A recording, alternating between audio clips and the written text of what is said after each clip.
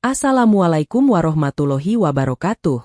Bayangkan, suatu sore yang mendung, sebuah rumah mewah berdiri megah namun sepi. Di terasnya, seorang ibu mertua dan anak laki-lakinya duduk gelisah menunggu kabar, karena rumah yang dulu penuh tawa itu akan dilelang untuk menutup hutang. Tiba-tiba suara deru mesin terdengar. Satu mobil hitam panjang berhenti di depan gerbang, disusul beberapa mobil lain di belakangnya. Pintu mobil terbuka. Beberapa pria bersetelan rapi turun dan berbaris seperti bodyguard. Dari mobil utama, seorang perempuan berhijab krem melangkah dengan tenang. Wajahnya sangat mereka kenal, menantu kampung yang dulu diusir dengan hinaan. Ia berjalan lurus ke arah mereka, sementara petugas lelang mengumumkan nama pemilik baru rumah itu. Ternyata, sahabatku semua, sebelum kita mulai cerita hari ini, silakan tuliskan di kolom komentar, kalian menonton dari kota mana? Semoga setiap yang menekan tombol subscribe di channel ini, Allah mudahkan langkahnya, lapangkan rezekinya, sehatkan tubuhnya, dan kabulkan segala hajat dunia akhirat. Amin ya rabbal alamin. Sekarang mari kita mulai ceritanya. Hari pertama Azhira Malviani menginjak lantai marmer rumah keluarga suaminya. Ia seperti masuk ke dunia lain. Bau pengharum ruangan mahal bercampur dengan suara sendok garpu dari ruang makan besar yang dindingnya penuh lukisan. Di tangga, lampu kristal berkilauan, memantulkan bayangan jilbab coklat sederhana yang ia pakai. Diria Fathan menggenggam tangannya sekilas. Santai saja, ini rumah kita sekarang, katanya, seolah kalimat itu cukup untuk menenangkan jantung yang berdebar. Di ujung ruangan, Mahira Sasmaya, ibu Diria, berdiri dengan gaun rapi dan riasan sempurna. Senyumnya tipis, matanya menelusuri Azhira dari ujung kepala sampai ujung kaki. Ini Azhira, Bu, Diria memperkenalkan. Akhirnya sampai juga. Mahira mengangguk pelan. Jauh juga kampungmu, ucapnya. Semoga kau bisa cepat menyesuaikan diri di rumah ini. Kalimat itu terdengar biasa, tetapi nada di ujung suaranya menggores halus. Di meja makan, sapaan saudara ipar dan sepupu Diria terdengar sopan, namun di baliknya Azhira menangkap pandangan yang menilai. Baju kurung yang ia pakai terasa mendadak terlalu sederhana di antara gaun dan kemeja bermerek. Malam-malam berikutnya, Azhira mulai mengenal ritme rumah besar itu. Pagi ia bangun lebih awal dari semua orang, menyiapkan sarapan bersama asisten rumah tangga, meski Mahira sering berkata, tak perlu repot, pembantu sudah digaji. Siang hari ia membantu merapikan rumah dan kadang menemani Mahira ke acara arisan. Namun di sana, ia hanya duduk di belakang, menyiapkan minuman, sementara Mahira memperkenalkannya sebagai menantu dari desa yang masih belajar. Di kamar, Diria masih bersikap manis. Ia memeluk Azhira setiap malam, bercerita tentang proyek properti dan mimpi membangun apartemen di beberapa kota. Kita ini tim, katanya. Kau jaga rumah, aku cari uang. Kalimat itu terdengar seperti janji yang indah, meski tanpa sadar menempatkan Azhira di lingkaran yang sempit. Kadang, ketika mandi sore, Azhira merindukan suara ayam dan bau tanah basah di desa. Ia teringat ibunya yang selalu menyambutnya dengan senyum lebar di depan rumah papan. Tetapi setiap rindu datang, ia menghibur diri. Sekarang aku punya keluarga baru, rumah lebih luas, kesempatan hidup lebih baik, batinnya. Ia tidak ingin mengecewakan Diria, lelaki yang ia pilih meski banyak tetangga berkata, hati-hati, hidup di kota tidak semudah yang dibayangkan. Di sebuah malam, ketika semua sudah tidur, Azhira berdiri di balkon, memandang lampu kota yang berkelip. Angin malam menyentuh wajahnya pelan. Ia menutup mata dan berbisik lirih. Ya Allah, jadikan aku menantu yang membawa kebaikan, bukan masalah. Ia tidak tahu, doa itu akan terus berputar di sepanjang kisahnya, menemani tiap luka yang nanti datang. Suatu pagi Minggu, meja makan rumah besar itu penuh dengan aneka masakan. Ada sup krim, ayam panggang, salad, dan semangkuk besar sayur bening buatan Azhira. Ia bangun sangat dini untuk memasak hidangan kesukaan ibunya, berharap bisa memulai kebiasaan baru di rumah mertua. Saat semua berkumpul, Mahira duduk di ujung meja, memandang deretan piring. Ini masakan catering langganan dan ini buatan Azhira ya, katanya, menunjuk mangkuk sayur. Coba kita icip, ujar salah satu tante Diria sambil tersenyum. Ia mengambil sesendok sayur Azhira, lalu menelan perlahan. Lumayan, Rasanya seperti di kampung, komentarnya. Mahira tertawa kecil. Ya jelas, menantuku kan baru beberapa bulan keluar dari kampung.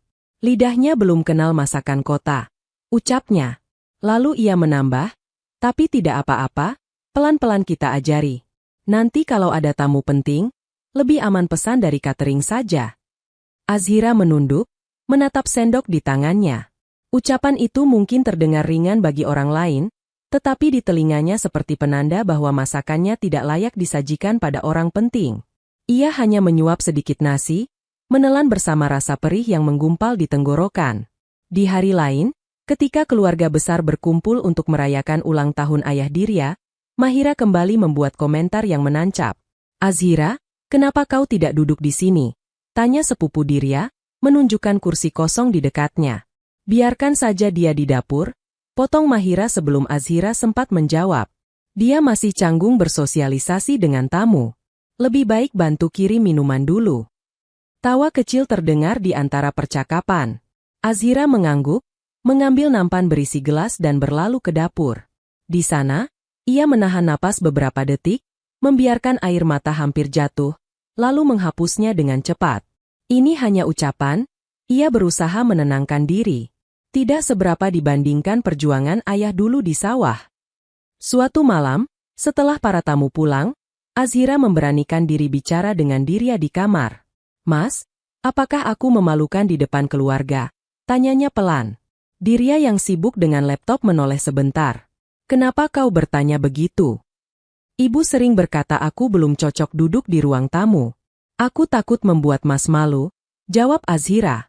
Dirya menghela napas. Ibu memang begitu. Jangan kau ambil hati. Lagi pula kau memang belum terbiasa. Pelan-pelan saja. Kalau kau tersinggung, nanti aku yang repot menengahinya. Kata-kata itu membuat Azhira terdiam. Ia berharap Dirya akan menggenggam tangannya dan berkata, kau tidak memalukan, kau istriku, tapi kalimat itu tidak datang. Yang ia dapat hanya saran untuk tidak terlalu sensitif. Malam-malam berikutnya, Azhira belajar menelan ucapan-ucapan tajam di meja makan. Ia mengembangkan kemampuan tersenyum di luar sekaligus menangis dalam hati. Di setiap senyum, ia menyelipkan doa, berharap suatu hari ada yang benar-benar melihat dirinya, bukan hanya asal-usulnya. Setahun setelah pernikahan, suasana rumah mulai berubah. Dulu setiap pagi Mahira menyapa Dirya dengan cerita tentang proyek baru, tanah yang akan dibeli, dan calon pembeli rumah mewah. Kini, pembicaraan di meja makan sering diisi keluhan tentang pembeli yang menunda pembayaran dan bank yang mulai menagih. Pasar properti sedang turun, keluh ayah Dirya suatu malam. Beberapa unit apartemen belum laku, sementara cicilan ke bank jalan terus. Mahira memijit pelipis. Ini semua terjadi setelah kau menikah, Dirya. Dulu usaha kita tidak pernah serunyam ini. Ucapnya tanpa menatap siapapun, tetapi setiap kata melayang seperti anak panah ke arah Azhira. Dirya mengernyit. Bu, ini masalah pasar, bukan soal pernikahan, katanya, meski nada suaranya terdengar ragu. Entahlah, Mahira mendesah panjang. Kadang aku bertanya, kalau saja dulu kau menikah dengan putri salah satu rekan bisnismu, mungkin sekarang kita punya tambahan modal atau jaringan yang lebih kuat. Bukan menantu yang hanya bisa memasak dan diam di rumah. Azhira merasakan darahnya surut ke kaki. Ia ingin berkata bahwa ia siap bekerja, siap belajar membantu usaha. Namun setiap kali ia mencoba membuka mulut, bayangan wajah Mahira yang sinis mengurungkan niat. Suatu hari, Dirya pulang dengan wajah lelah. Kemejanya kusut, dasinya longgar. Azhira menyambut di pintu, menawarkan teh hangat. Bank menolak permohonan tambahan kredit, katanya pada Mahira dan ayahnya di ruang tamu. Mereka bilang jaminan kita sudah maksimal. Bagaimana dengan tanah di pinggiran kota itu? Tanya Mahira cepat. Sudah digadai untuk proyek yang belum laku, jawab Dirya. Mahira menatap tajam. Lalu apa yang tersisa? Jangan bilang hanya rumah ini. Azhira berdiri di belakang sofa, memegang nampan berisi kue. Ia tahu betul, rumah besar ini adalah satu-satunya aset yang belum tersentuh hutang. Di kepalanya, gambaran rumah orang tuanya di desa terlintas, mengingatkannya bahwa tidak ada tempat lain untuk pulang selain rumah papan itu. Malam itu, ketika mereka berdua di kamar, Azhira mengusulkan sesuatu. Mas, kalau perlu, aku bisa bantu. Mungkin aku bisa bekerja di luar, atau membantu mencatat keuangan. Di rumah ayah dulu, aku sering bantu menghitung hasil panen. Dirya menggeleng lemah. Dunia usaha tidak sesimpel sawah, Azhira. Kau nanti stres. Biarkan aku yang urus. Kau cukup fokus di rumah. Doakan saja. Tawaran itu menguap di udara. Padahal, jauh dalam hati, Azhira merasa ia sanggup memegang angka dan catatan. Namun ia kembali ditempatkan sebagai penonton, bukan pemain. Sejak saat itu, setiap kali Mahira mengeluh tentang usaha yang goyah, tatapannya makin sering berhenti di wajah Azhira. Sejak kau masuk rumah ini, rezeki serasa tersendat, katanya suatu kali, tanpa mempedulikan betapa tajamnya kalimat itu.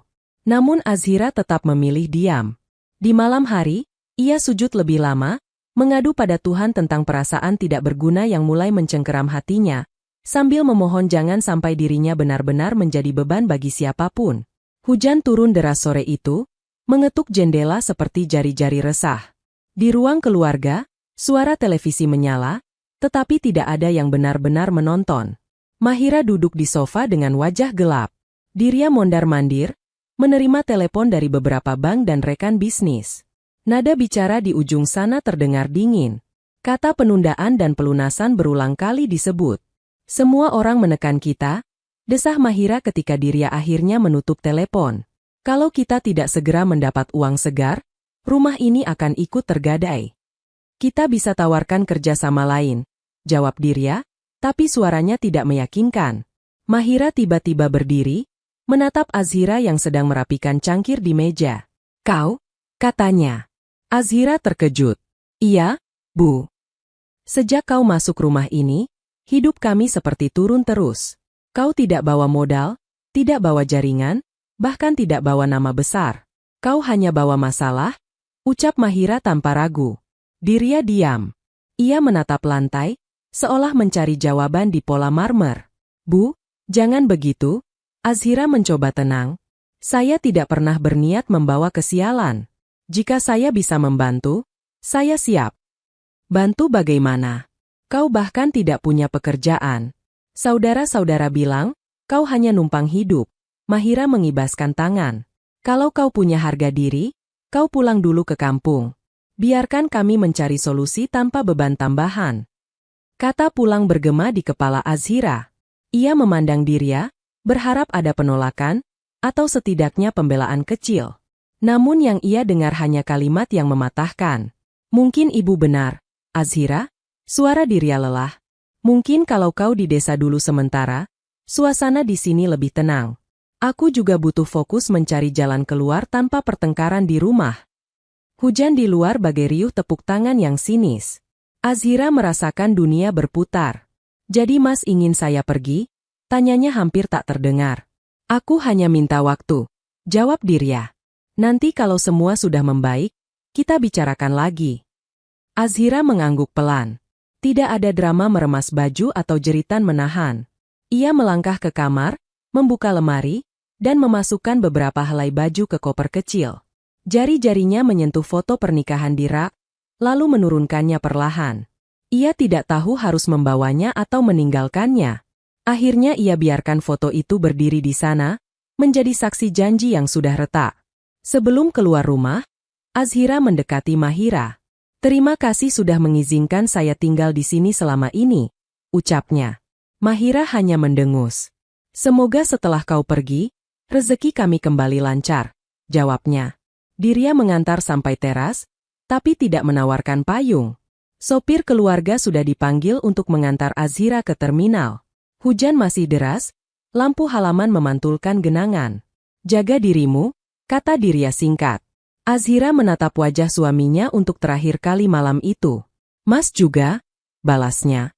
Semoga Allah menjaga hati Mas. Mobil melaju keluar gerbang, meninggalkan rumah besar yang perlahan mengecil di kaca belakang. Di dadanya, Azhira merasakan sesuatu putus. Bukan hanya ikatan dengan rumah itu, tetapi juga dengan pandangan lama tentang dirinya sebagai menantu tak berdaya. Ia menatap hujan di kaca, membiarkan air mata bercampur dengan tetes air yang menempel, sampai tidak lagi bisa dibedakan. Kota tempat bus menurunkan Azhira jauh dari hiruk-pikuk rumah besar yang ia tinggalkan. Terminalnya sederhana, kios warung berjajar, suara penjual makanan bercampur dengan pengumuman keberangkatan. Azhira turun dengan koper kecil dan tas ransel yang memuat sisa hidupnya. Ia menuju rumah sewa kecil milik sepupu, Liana Soraya, yang lebih dulu merantau. Liana menyambut dengan pelukan hangat. Kau bisa tinggal di sini sementara.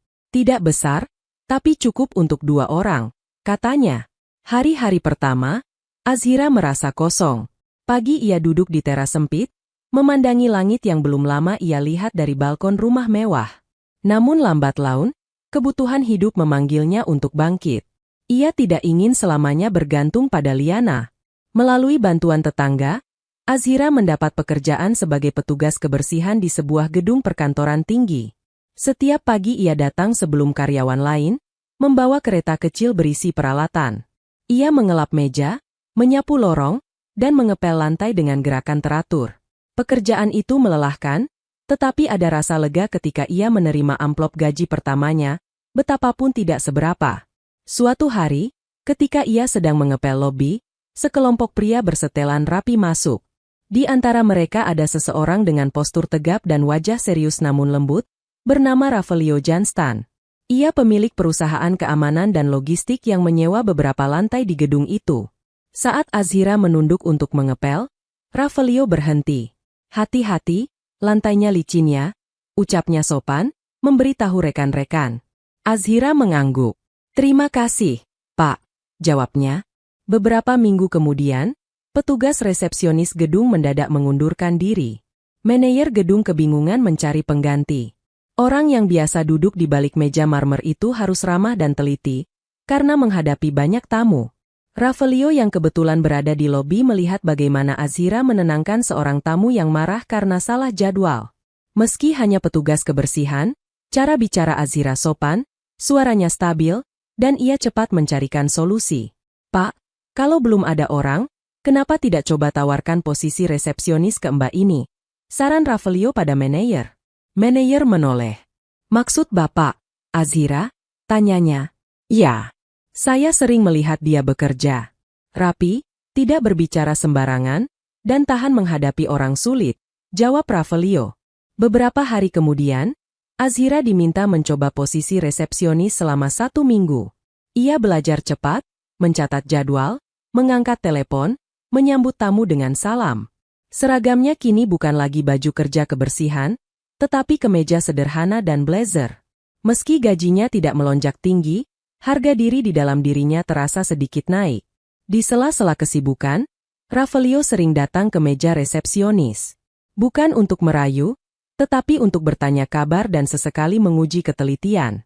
Kalau ada kiriman paket untuk perusahaan saya, jangan hanya tanda tangan, ya, katanya suatu ketika. Baca dulu, pastikan benar alamatnya, dan catat di buku.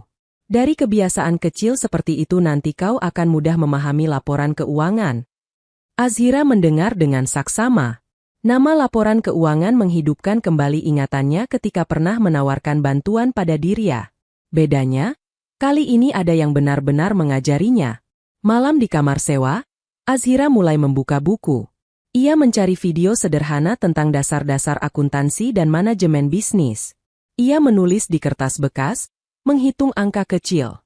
Setiap lembar yang berhasil ia pahami terasa seperti batu bata yang ia susun sendiri untuk membangun hidup baru. Ia mulai menyadari, mungkin Tuhan tidak mencabut semua kesempatan, hanya memindahkannya ke tempat lain. Waktu berjalan, dan reputasi Azhira sebagai resepsionis yang teliti menyebar di antara penyewa gedung. Ia tidak hanya mencatat tamu masuk, tetapi juga membantu mengatur jadwal ruangan rapat, mengingatkan pembayaran sewa, dan menyusun arsip. Manajer gedung mulai sering mempercayakan tugas tambahan padanya. Pada suatu sore, Ravelio mendekat dengan map di tangan. Azhira, kau sibuk? Tanyanya. Tidak terlalu, Pak. Ada yang bisa saya bantu? Jawab Azhira. Aku butuh seseorang yang bisa membantuku mencatat arus barang dan pembayaran di perusahaan. Sementara, belum ada staf administrasi yang cocok. Kau tertarik belajar? Tanya Ravelio. Azhira tertegun. Saya hanya lulusan sekolah biasa, Pak, takut tidak mampu. Kemampuan lebih penting dari ijazah, sahut Ravelio. Aku sudah lihat caramu mencatat. Kau teliti dan jujur. Jika kau mau, datang saja ke kantor saya setelah jam kerja. Kita mulai dari hal sederhana. Azhira menerima tawaran itu. Setiap sore, setelah resepsionis digantikan rekannya, ia naik ke lantai tempat kantor Ravelio berada. Di sana, ia belajar membaca invoice, membuat buku kas, dan mengenal istilah-istilah baru. Ravelio menjelaskan dengan sabar, tidak pernah merendahkan. Waktu berlalu, perusahaan keamanan yang dipimpin Ravelio mulai berkembang. Mereka mendapatkan kontrak pengawalan acara besar, pengiriman barang berharga, dan penyediaan tenaga pengawal pribadi. Struktur perusahaan bertambah rumit, namun laporan keuangannya justru lebih rapi karena sentuhan Azhira. Melihat kontribusi itu, Ravelio mengambil langkah berani. Aku ingin kau tidak hanya menjadi karyawan, katanya suatu malam di ruang rapat. Aku ingin kau menjadi mitra. Mitra? Ulang Azhira pelan.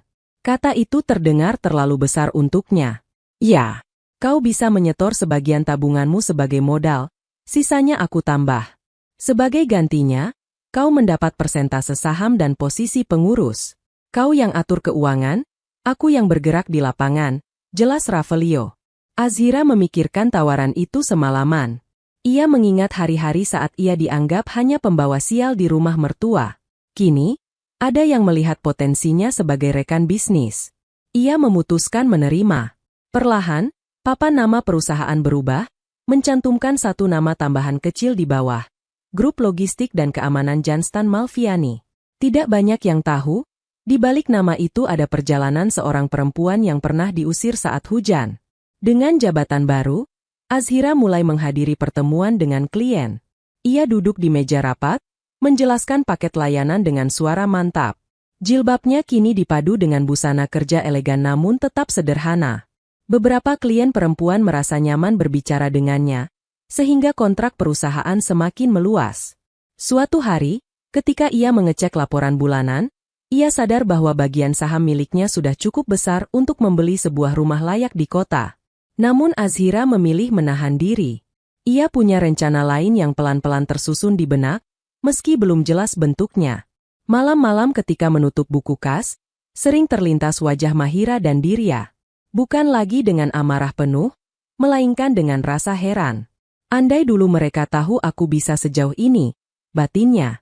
Tapi kemudian ia tersenyum. Mungkin justru karena mereka mengusirku, aku sampai di sini. Di kota lain, sementara usaha keamanan Azhira berkembang, bisnis properti keluarga Dirya semakin terpuruk. Proyek yang dulu diimpikan menjadi apartemen modern justru mangkrak. Pembeli menggugat, bank menekan. Tanah yang bisa digadai hampir habis. Pada suatu pagi yang mendung, seorang petugas datang membawa surat ke rumah besar itu. Mahira menerimanya dengan tangan bergetar. Di dalam surat tertulis bahwa bank akan melelang rumah tersebut untuk menutupi sebagian hutang. Ini tidak mungkin. Suara Mahira pecah. Rumah ini satu-satunya peninggalan yang tersisa. Dirya membaca surat itu berkali-kali, berharap ada kesalahan. Namun setiap baris menyatakan kebenaran pahit. Tanggal lelang sudah ditentukan. Jika mereka tidak bisa melunasi, rumah akan pindah tangan. Hari-hari berikutnya, rumah yang dulu riuh dengan tawa tamu menjadi penuh bisik-bisik cemas. Saudara yang dulu sering datang mulai jarang terlihat. Telepon yang dulu berdering menawarkan kerja sama kini lebih sering sunyi.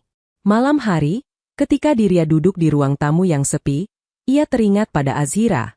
Ia ingat senyum sabar istrinya ketika diminta hanya di dapur, ingat tatapannya yang terluka saat diusir. Bayangan Azhira berdiri di teras dengan koper kecil menghantui tidurnya.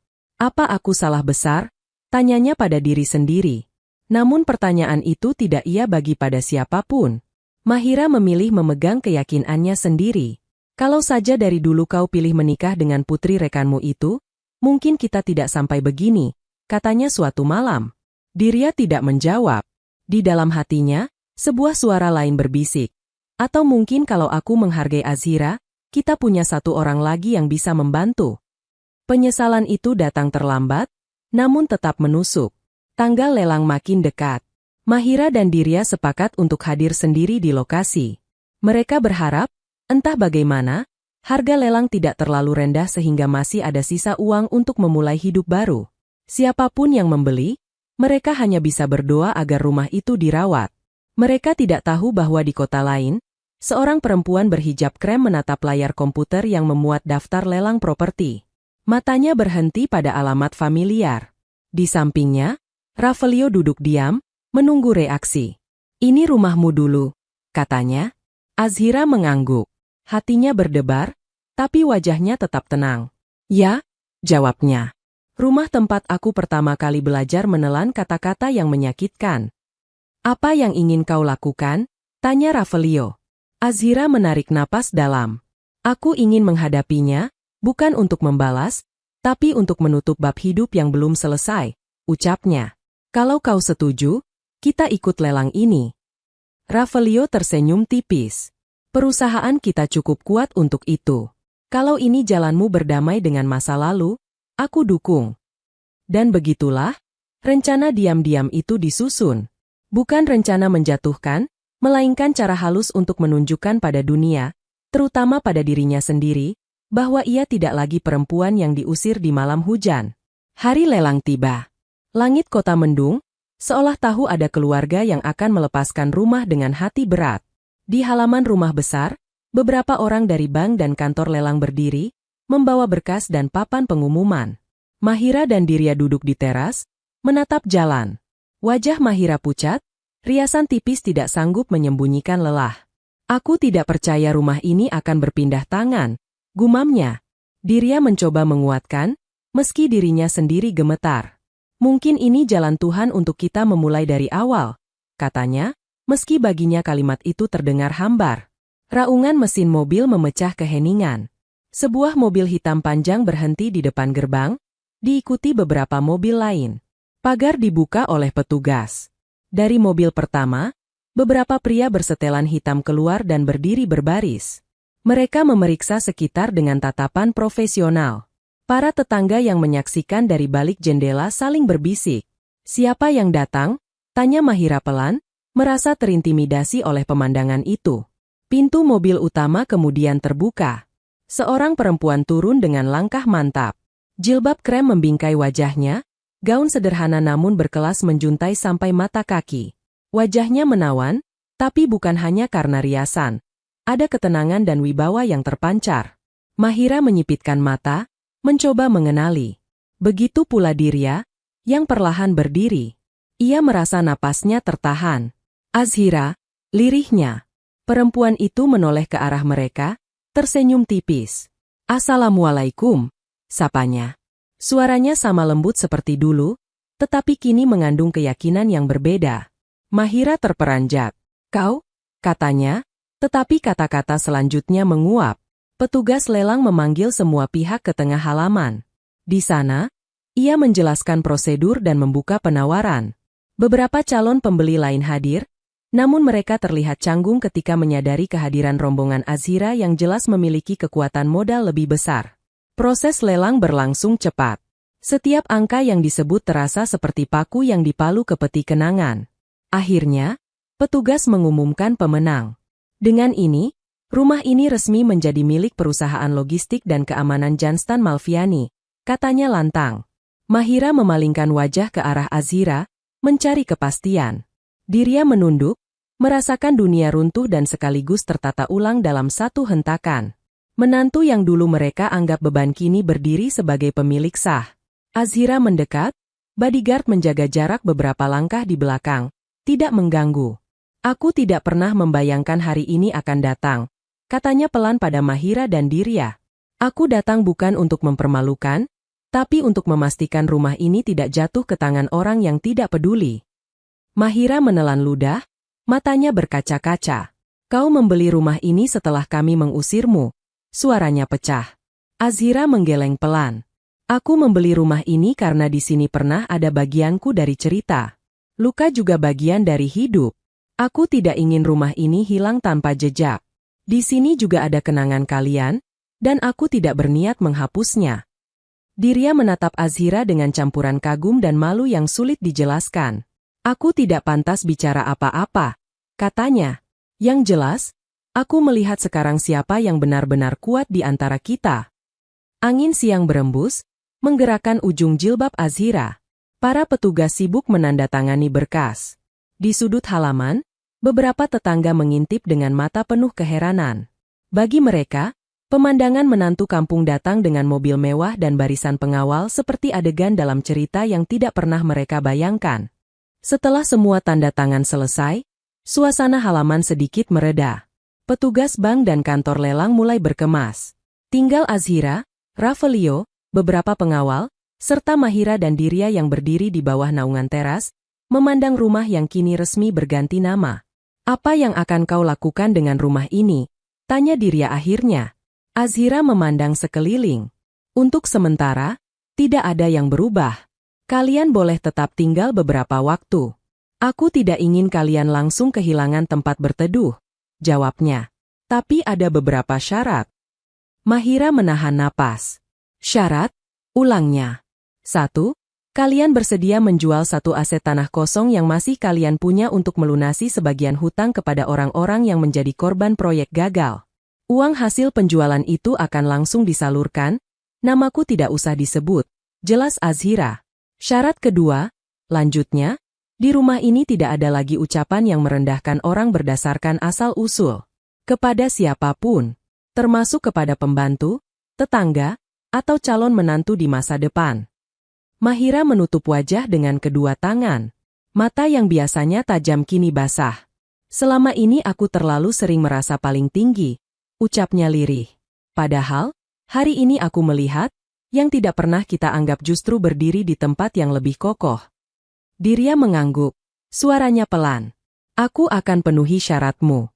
Bukan karena kau pemilik rumah, tapi karena aku sadar ini memang seharusnya kita lakukan. Ravelio yang sejak tadi berdiri di belakang memberi isyarat pada pengawal untuk meninggalkan mereka sejenak, memberi ruang. Ia menatap Azhira dengan bangga, tetapi tidak mencampuri percakapan. Kalau suatu hari kalian ingin pindah, katakan saja, kata Azhira. Aku akan bantu mencarikan rumah yang sesuai. Rumah ini mungkin akan kuubah menjadi kantor cabang atau rumah singgah. Entahlah. Yang jelas, aku tidak ingin lagi melihat ada yang diperlakukan seperti dulu aku diperlakukan di sini. Mahira memegang tangan Azhira, sesuatu yang dulu rasanya mustahil. Maafkan aku, katanya, dan kali ini tidak ada nada gengsi dalam suaranya. Aku tidak hanya menyakiti menantu, tapi juga menyakiti diriku sendiri dengan kesombongan. Azhira tersenyum tipis. Aku sudah memaafkan bahkan sebelum hari ini, Bu. Kalau tidak, mungkin aku masih terikat di masa lalu dan tidak bisa berdiri di sini. Di sore hari, ketika rombongan Azhira hendak kembali, ia menyempatkan diri berjalan sendirian di dalam rumah. Ia menyentuh dinding ruang tamu, mengingat suara tawa keluarga dulu. Di dapur, ia teringat komentar pedas tentang masakannya. Di kamar yang pernah ia tempati, ia menatap jendela tempat ia dulu sering menahan rindu pada desa. Namun kali ini, tidak ada sesak yang menekan. Yang ada hanya rasa syukur. Setiap luka ternyata menjadi tangga yang membawanya naik, selama ia memilih tidak berhenti melangkah. Di luar, mobil sudah menunggu. Ravelio membuka pintu, mempersilakan. Sudah siap pulang? Tanyanya. Sudah, jawab Azhira. Kali ini benar-benar pulang, bukan diusir. Mobil melaju pelan meninggalkan halaman. Di kaca belakang, rumah besar itu terlihat mengecil, namun tidak lagi mengiris hati. Di dalam mobil, Azhira memejamkan mata sebentar, mengucap doa. Ia memohon agar rumah itu, siapapun penghuninya kelak, menjadi tempat yang penuh dengan ucapan yang lembut, bukan lagi serangan yang membekas. Di kursi depan, Ravelio memutar musik pelan. Kau tahu, katanya sambil tersenyum, banyak orang bermimpi datang ke rumah besar dengan konvo dan pengawal hanya untuk pamer. Tapi kau melakukannya untuk menutup luka dengan cara yang anggun. Azhira tertawa kecil. Aku hanya ingin memastikan diriku sendiri bahwa aku sudah selesai dengan masa lalu. Langit sore berubah oranye. Jalanan kota dipenuhi kendaraan yang bergegas pulang. Di hati Azhira, ada rasa tenang yang mengendap. Ia tahu perjalanan hidup belum selesai, masih banyak bab yang menunggu. Tapi satu hal jelas, ia tidak lagi melihat dirinya sebagai menantu kampung yang ditolak, melainkan sebagai perempuan yang pernah jatuh, lalu bangkit dengan membawa pelajaran bagi semua orang yang melihatnya.